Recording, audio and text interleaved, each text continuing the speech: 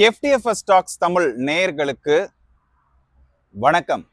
இன்னைக்கு நம்ம பார்க்க போறது ஒரு OTT சீரிஸ். ஜியோ ஹாட்ஸ்டார்ல வெளியாயிருக்கிற இந்த திரைப்படம் அப்படிங்கிறது 122 நிமிடங்கள் ஓடக்கூடிய ஒரு திரைப்படமா தான் இருக்கு.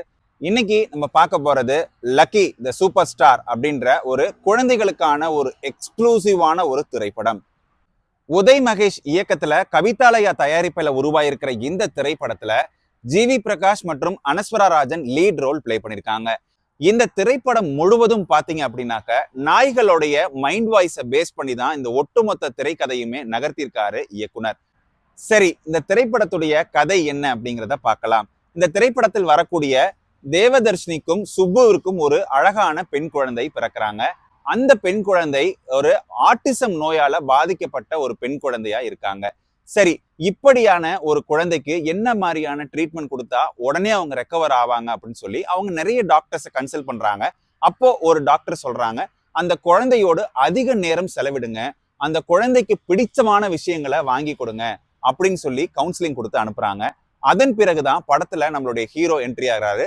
அதாவது ஜிவி பிரகாஷ் கிராமத்திலிருந்து தன்னுடைய அக்கா வீட்டிற்கு வராங்க. தன்னுடைய அக்காவின் குழந்தை ஆட்டிசம் நோயால் பாதிக்கப்பட்டதுனால சின்ன வயசுல இருந்தே அந்த குழந்தைய ஜிவி பிரகாஷ் கூடவே வளர்ந்ததால ஒரு நல்ல பாண்டிங் இருக்கும், இன்னும் அவங்களுக்கு கியூர் ஆகிறதுக்கான சாத்தியக்கூறுகள்லாம் இருக்கும் அப்படின்னு சொல்லி அவர் அங்க வராரு.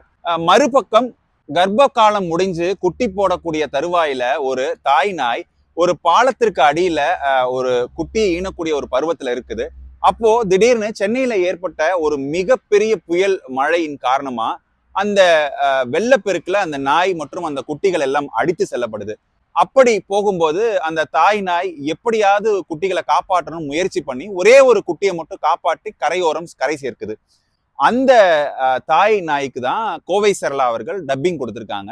எப்படி மனிதர்களோட நாய்கள் எப்படி மனிதர்களை பார்க்குது அப்படிங்கிறதெல்லாம் ரொம்ப ஒரு நகைச்சுவை உணர்வோட தனக்கே உண்டான அந்த கோவை கவுண்டர் பாணியில அவங்க பேசியிருக்காங்க. அது ரொம்பவே ரசிக்கும்படியா இருந்துச்சு. இப்படி அந்த தாய் நாய் ஒரு தன்னுடைய குட்டியை காப்பாற்றுவதற்காக பல இடங்கள்ல உணவு தேடி அலைஞ்சிட்டு இருக்கும்போதுதான் நம்ம திரைப்படத்தோடைய கதாநாயகனான ஜிவி பிரகாஷ் அந்த நாய்க்குட்டியை பாக்குறாரு. அதன் பிறகு இந்த தாய் நாய் அந்த குட்டியை தேடும் போதுதான் அவங்க நோட்டீஸ் பண்றாங்க, தன்னுடைய குட்டி மிஸ் ஆயிடுச்சு, யாரோ தூக்கிட்டு போயிட்டாங்க அப்படின்னு சொல்லி. சோ இந்த தாய் நாய் எப்படி தன்னுடைய குட்டியை தேடி கண்டுபிடிக்க போகுது அப்படின்றது மறுபக்கம் உள்ள ஒரு ட்ராக். இதற்கு சப்போர்ட்டிவா தம்பிராமையாவா இருக்கட்டும், மொட்டை ராஜேந்திரன் என ஒரு 3 விதமான ஒரு நாய்களை காமிச்சுதான் இந்த திரைப்படத்துடைய திரைக்கதையை நகர்த்துறாங்க. இந்த 3 பேருடைய டப்பிங், அந்த நாய்க்கு கொடுக்கப்பட்ட இந்த டப்பிங் அப்படிங்கிறது பார்ப்பதற்கு ரொம்பவே நகைச்சுவையாகவும் ரொம்பவே சுவாரஸ்யமாகவும் இருந்துச்சு அப்படிங்கிறதுல சந்தேகமே இல்லை. இந்த குட்டி நாய்க்குட்டியை கொண்டு வந்து தன்னுடைய அக்கா குழந்தைக்கு கொடுத்தா ஆட்டிசம் நோயிலிருந்து அவ விடுபடுவதற்கான வாய்ப்பு இருக்கு அப்படின்னு சொல்லி அந்த குட்டியை கொண்டு போய் ஜிவி பிரகாஷ் கொடுக்கிறாரு.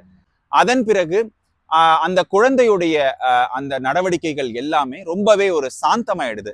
ஸோ எல்லாம் சரியா இருக்கு அப்படின்னு நினைச்சுக்கிட்டு இருக்கும்போதுதான் அந்த குட்டி நாயை சுப்பு வாக்கிங் அழைச்சிட்டு போறேன்னு சொல்லி தொலைச்சிடுறாரு. மறுபக்கம் தன்னுடைய குழந்தையான கோவை சரளாவின் குழந்தையான தன்னுடைய குழந்தைய கண்டுபிடிக்க கோவை சரளா வேடத்தில் வந்த அந்த தாய் நாய் எப்படி தன்னுடைய குழந்தைய கண்டுபிடிக்க போகுது அப்படிங்கிறது தான் இந்த திரைப்படத்துடைய ஒட்டுமொத்த கதை. இன்னும் சொல்ல போனா இந்த திரைப்படத்தை ஏன் அவங்க OTTல ரிலீஸ் பண்ணாங்க அப்படின்னு எனக்கு தெரியல.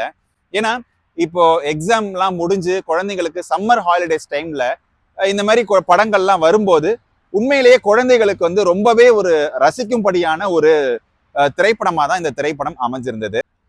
இயக்குனர் மகேஷ் தன்னுடைய ஸ்கிரிப்ட் மீது எந்த அளவுக்கு நம்பிக்கை வைத்திருந்தாரோ அதே போல இந்த திரைப்படத்துல இன்வால்வ் பண்ண வச்சிருந்த ஆர்டிஸ்ட் எல்லாமே ரொம்பவே நகைச்சுவைக்கு பெயர் போனவர்கள். இன்னும் சொல்ல போனா அவர்களுடைய குரலை கேட்டாலே சிரிக்கக்கூடிய ஒரு வல்லமை படைத்தவர்கள்.